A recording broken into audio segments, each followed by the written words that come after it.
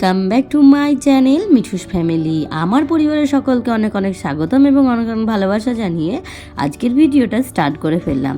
সকালে ঘুম থেকে উঠেছি ওই 5:30 নাগাদ। 5:30 নাগাদ ঘুম থেকে উঠে সংসারের যাবতীয় আশিবাসি যত কাজকর্ম ছিল সব সারা হয়ে গেছে। এখন ঘড়ি কাটায় 7:30 বাজে।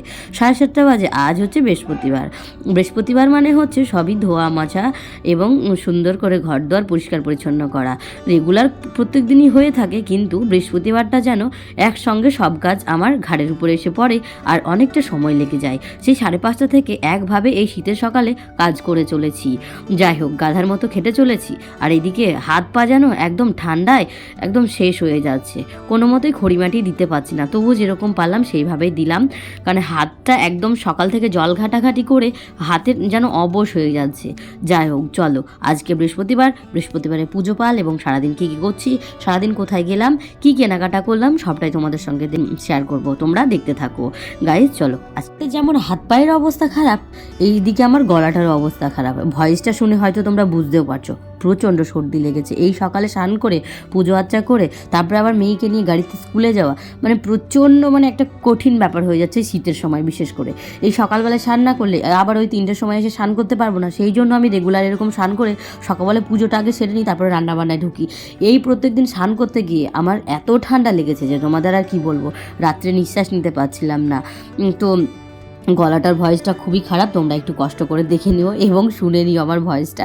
যদিও কেউ বাজে কমেন্ট করো না, কারণ শরীর মাত্রই খারাপ হতেই পারে মানুষের তো কোনো কিছুর দাম নেই, তবু তো আমাদের রক্তে মাংসে গড়া শরীর, তাই না, খারাপ হতেই পারে। তো গাইজ চলো, এদিকে আমি আমার বৃহস্পতিবারের পুজোর জোগাড়গুলো সব করে নিয়েছি। ঘুম থেকে উঠে আগে যে কাজটা করেছিলাম সেটা হচ্ছে মেয়েকে বলেছিলাম যে ফুলটা পেড়ে রাখো। তো মেয়ে এইদিকে ফুলটা পেড়ে রেখেছে, আর আমি পান, যেহেতু আমাদের গাছেরই পান, সেই পানটা ভেঙে এবং আমি আগের দিন বুধবার রাত্রেবেলায় কলা আনিয়ে রেখেছিলাম, যাতে হচ্ছে সকালবেলায় তাড়াতাড়ি করে পুজো সেরে আবার রান্নাবান্না করে মেয়েকে নিয়ে স্কুলে যেতে পারি। সেই জন্য আগের দিন এই বুদ্ধির কাজটা করে রেখেছি বলে সকালবেলা পুজোটা সেরে সারাদিন একদম নিশ্চিন্তে হয়ে যেতে পারবো। তো গাইজ চলো, এখন হচ্ছে ঘটে পান, সিঁদুর, কলা সব কিছু সুন্দর করে দিয়ে ঘটে সিঁদুর লাগিয়ে, পান সুপারিতে সিঁদুর লাগিয়ে এখন ঠাকুরের আরাধনা শুরু করব। প্রদীপটা জ্বালিয়ে নিলাম, আর এদিকে যেটা ঘট বসাবো সেই থালায় হচ্ছে দুবড়ো লাগবে। তো গাইজ সত্যি কথা বলতে আমাদের এই বাড়ির সামনেগুলো পরিষ্কার পরিচ্ছন্ন করা হয়েছে, সেই জন্য দুবড়ো একটাও পাইনি। আর মাঠে রয়েছে অনেক দুবড়ো, কিন্তু বিশ্বাস করো সময় নেই আমার হাতে যাওয়ার। এই দুবড়ো আনতে গেলে প্রায় 5 মিনিট মতো আমার লস হয়ে যাবে। সেই 5 মিনিট আমি লস করতে চাই না। তো চলো, এই ঘর আমি পুজোটা করে নিলাম, দেখতে থাকো তোমরা।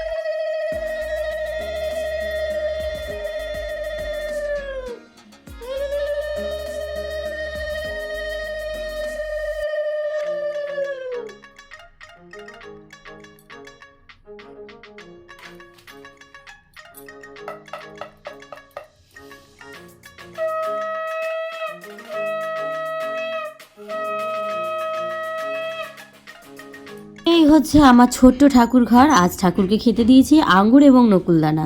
যেহেতু বাড়িতে আপেল বলতে কোনো কিছু নেই, পেয়ারা আগের দিন 2 দিন দেওয়া হয়েছে, সেই জন্য আজকে আর পেয়ারাটা দিলাম না। গাইজ চলো, এখন প্রণাম সেরে নিয়ে আমার পুজোটা এদিকে কমপ্লিট হয়ে গেছে। ঠাকুর ঘরের পর্দা দিয়ে ঠাকুরকে ভোগ নিবেদন করে চলে যায় এখন রান্নাটা বসাতে, নাইলে আবার দেরি হয়ে যাবে। এদিকে রান্নাটা আমি যখন হচ্ছে খড়িমাটি দিই তার আগে তোমাদের দাদাভাইকে বলেছিলাম ভাতের মধ্যে একটু জল দিয়ে জলটা গরম করে নাও। তো জলটাও গরম করে নিয়েছে, তারপর আমি চালটা ধুয়ে দিয়েছিলাম নিয়েছিলাম ওই ফাঁকেই, আর প্রেসার কুকারে আলুটা বসিয়ে দিয়েছিলাম। তো এই পুজো করতে করতে আমার ভাতটা হয়ে গেছে এবং আলুটা সেদ্ধ হয়ে গেছে। আজকে তরকারি করব আলুর দম। যেহেতু আমাকে তাড়াতাড়ি করে যেতে হবে, সেই কারণে আমাকে একটা তরকারি যে কোনো করে খেয়ে দিয়ে নিজে বেরোতে হবে।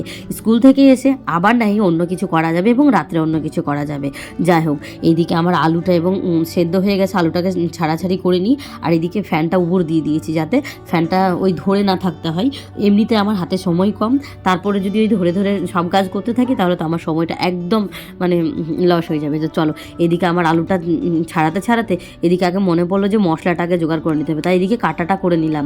কাটাকুটিগুলো করে নিয়ে এখানে হচ্ছে যেহেতু আমি ডিম দিয়ে আলুর দমটা বানাবো, তো জানি না কেউ হয়তো খাও কি না এরকমভাবে, কিন্তু আমাদের খুব ভালো লাগে এই আলুর দমটা।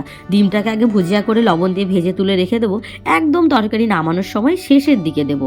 তো গাইজ, আলুর দম এখনই খাওয়ার সময়, যেহেতু এখন ছোটো ছোটো যে আলুগুলো পাওয়া যায়, আর আগের দিন তো তোমাদের সঙ্গে শেয়ার করেছিলাম যে তোমাদের দাদাভাই আলু নিয়ে এসেছে ছোটো ছোটো 5 কেজি আলুর দম খাওয়ার জন্য।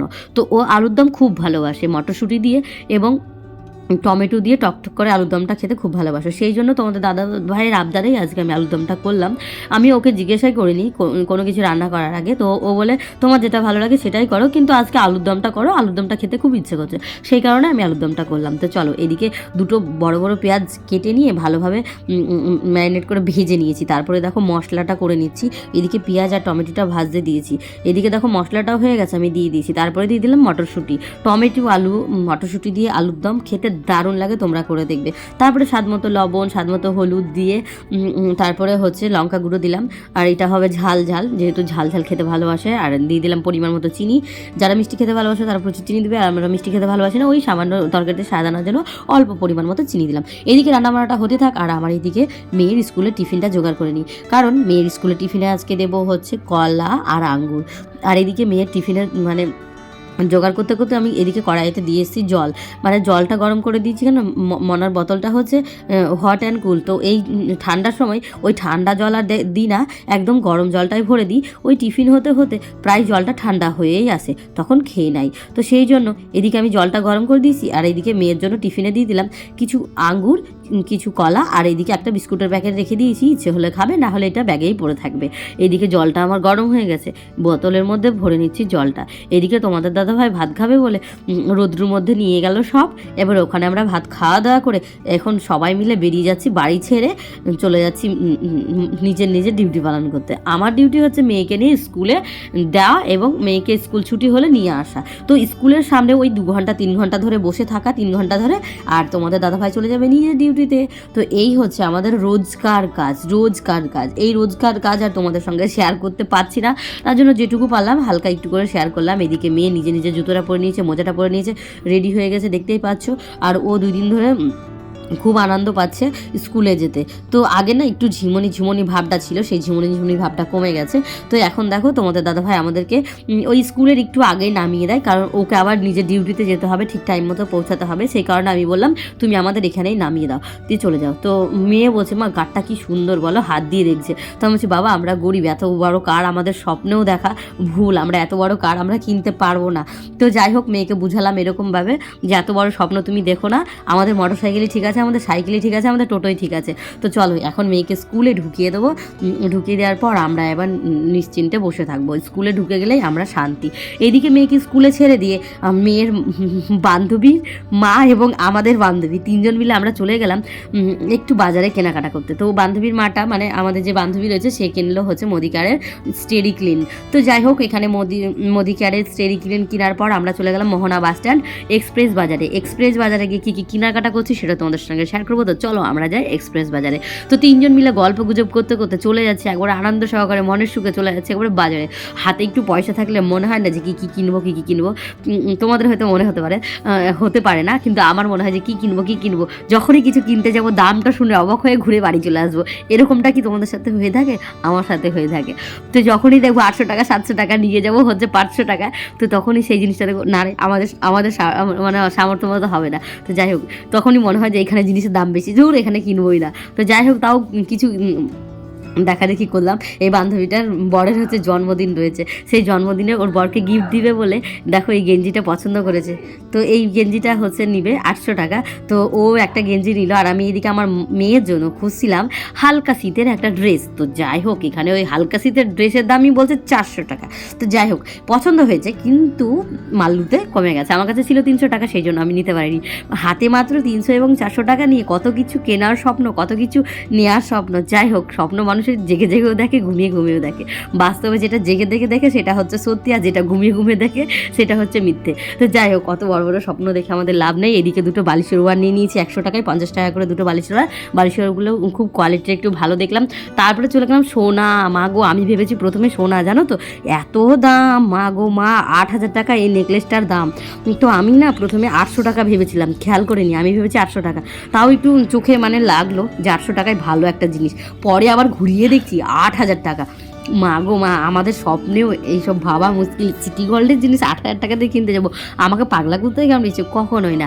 আমি কিনলে সোনা কিনবো 8,000 টাকা দিয়ে, এক আনি হলেও অনেক আমার কাছে। কিন্তু ওই সিটি গোল্ড আমি 8,000 টাকা দিয়ে কেনার মতো সামর্থ্য এবং মানে নেই। মানে আমরা গরিব, এত বড় বড় স্বপ্ন দেখার ইচ্ছেও নেই, এবং স্বপ্ন দেখা মানে ভুল, মানে এত বড় একটা সোনার জিনিস কিনবো। যাই হোক, ওই স্বপ্নর দিকে আমি এগোতে চাই না। তো যেটা আছে আমার কাছে অনেক আছে। তারপরে দেখো বাড়ি চলে এসেছি। বাড়ি এসে যেটা করবো সেটা হচ্ছে, আমাদের কাছে টমেটো ধরা পড়েছে, জানো তো। টমেটোগুলো পাখিতে খেয়েই নিচ্ছে, পাকতে দিচ্ছে না। আগের দিন দেখে গেলাম একটা সুন্দর দেখে টমেটো, দেখি এখানে খেয়ে নিয়ে ফেলে রেখেছে। আমি ভাবলাম পরের দিন ভাঙবো, আর একটু পাকুক। যাই হোক, এদিকে আরেকটা কাঁচা টমেটো পেরে নিলাম। কি করবো, যেহেতু পাখিতে খেয়ে নিচ্ছে, আর কষ্ট করে গাছ লাগিয়েছি, একটু তো ইচ্ছে হয় যে গাছের ফল পেরে হচ্ছে নিজেরা ব্যবহার করব। তো যাই হোক, পাখিতে খেতে থাকে। এদিকে আমি আমার মতো একটা টমেটো পেয়ে গেছি, দেখতে পাচ্ছ হাতে টমেটো নিয়ে। আর এগুলো না একটু একটু লাল হবে, মানে যত রৌদ্র হবে তত লাল হবে। তো সেই জন্য এগুলোকে ছেড়ে দিলাম, এগুলো আর ভাঙবো না। আমি ভাবলাম পাড়া যাবে হয়তো, বাড়িতে রৌদ্রের মধ্যে রেখে দিলে পেকে যাবে। মা বলছে ভাঙিস না, থাক, পাখিতে যা খাবে খাবে, না খাবে না খাবে।